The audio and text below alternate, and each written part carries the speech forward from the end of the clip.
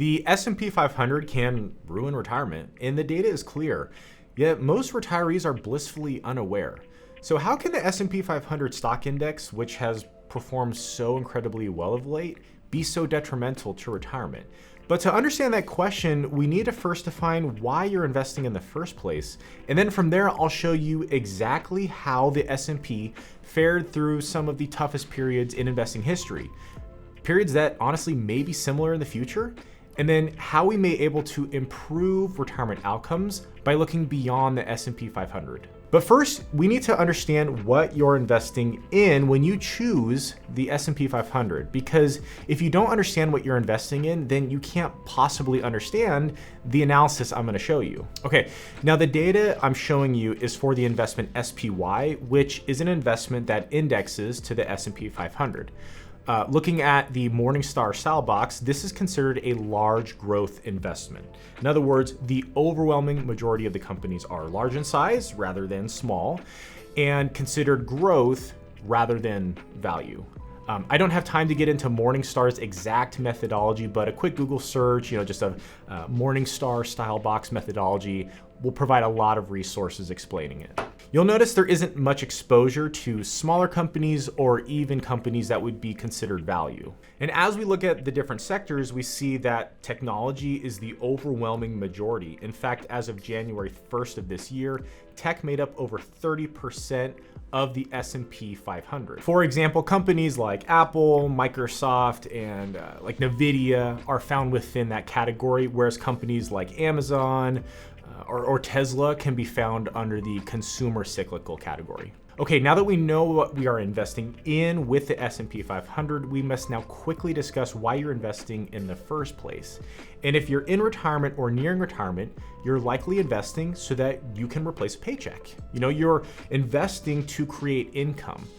But you don't just need income, you also need your investments to grow, because $6,000 today probably won't be $6,000 20 years from now due to inflation. So if you're investing to create income, does it then make sense to invest in only the S&P 500? Well, let's look at what has happened historically for folks who invest in only large cap growth investments like the S&P 500 in retirement when they need to create income. I want you to meet Mike and Carol Brady. Now, Mike is 65 and Carol 64.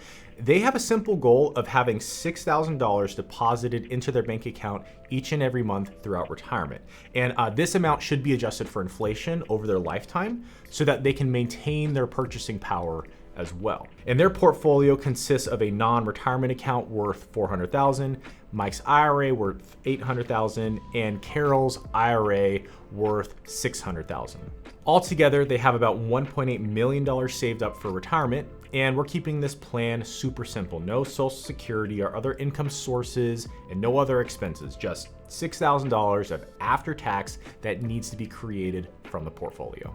Now, with these facts in mind, let's compare the two portfolios they are considering to create retirement income. In the first allocation, we are looking at a portfolio made up of 70% stocks and 30% bonds.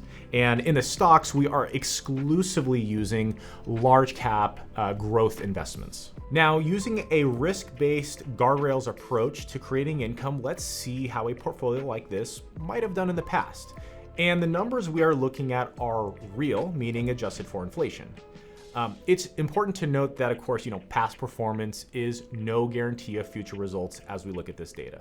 All right, let's look at the stagflation area. And this is a time, many of you know it was plagued by an oil crisis, rising prices, and wage stagnation. I mean, it was a tough time to make a living and possibly an even tougher time to be a retiree. The US large cap growth portfolio, similar to the S&P 500, really, as you see, doesn't do well. I mean, we can see that even with a 30% allocation to bonds, a tough stock market, and surging inflation, a retiree would have needed to cut their income numerous times to ensure they didn't run out of money. So the light blue line is their planned income, and the dark blue line is what their income actually had to be adjusted to. And at one point, you see things were so bad that when they were expecting $6,000, they were only getting about $3,000 a month. Your income was cut in half. And after November 1977, you didn't get your full $6,000 a month adjusted for inflation, and you never did again for the remaining of that 30-year period. And now the dot-com bubble wasn't as bad, but was still really tough. Your income had to be lowered to nearly 4,000 at some points, and that lasted for years. And it was really only until 2020 that you began to receive the full 6,000 adjusted for inflation that you originally wanted your portfolio to be able to create for you. Okay, and these were two very poor times in history to retire. And when you retire may not be as bad as these, but ultimately, we don't know what the future holds. Things might look fine now, but a few years later they turn. Or conversely, you think things look bad now and you want to wait it out, but of course then it just never feels like the right time. By the way, if you're interested in getting a free retirement assessment, check out the description. There's a link in there. You provide a few numbers and then I'll send you a custom video going over your numbers. All right, you might be saying to yourself, okay, Alex, if people had a portfolio like that, they would have needed to go back to work and quit their retirement. And honestly, you're probably right. I don't know many retirees that can simply cut thousands of dollars of monthly income and stay retired. But let's see how their income could have been improved by being diversified. Now let's look at another strategy that is more diversified. Instead of just US large cap growth stocks, we are investing in the entirety of the US market, including small cap value stocks and an allocation to international as well as emerging stocks. So let's put these two portfolios side by side. And the gold line is the more diversified portfolio, and the blue line is the original US large cap growth portfolio. That was the first one. Now, as you can see, there really are dramatic differences. I mean, things were still tough and they had to tighten the belt a little bit for a while, but they probably could have made it through. They didn't change how much money they had invested or when they retired. They simply invested wisely and diversified their assets. And we can see a similar story through the dot-com bubble. In fact, there was a good majority of the time they could have taken out more monthly income if they wanted to, because the diversification of assets worked so well. Okay, you might be telling yourself, but why doesn't it feel like diversifying is the right thing to do now? I mean, international and emerging markets have lagged US markets for years, and small cap value really hasn't done too much. And that's all true. I mean, you're not wrong. I mean, if we compare these two portfolios since the great financial crisis, we will see that both hung on pretty darn well, but it's actually the US large cap growth portfolio that does better and allows for greater income, especially recently.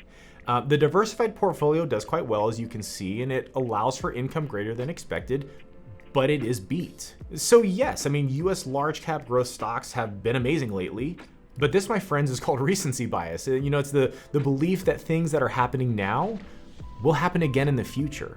And look, we don't know what the next market cycle will look like, but we have reasonable confidence that being well diversified will serve our clients well into the future.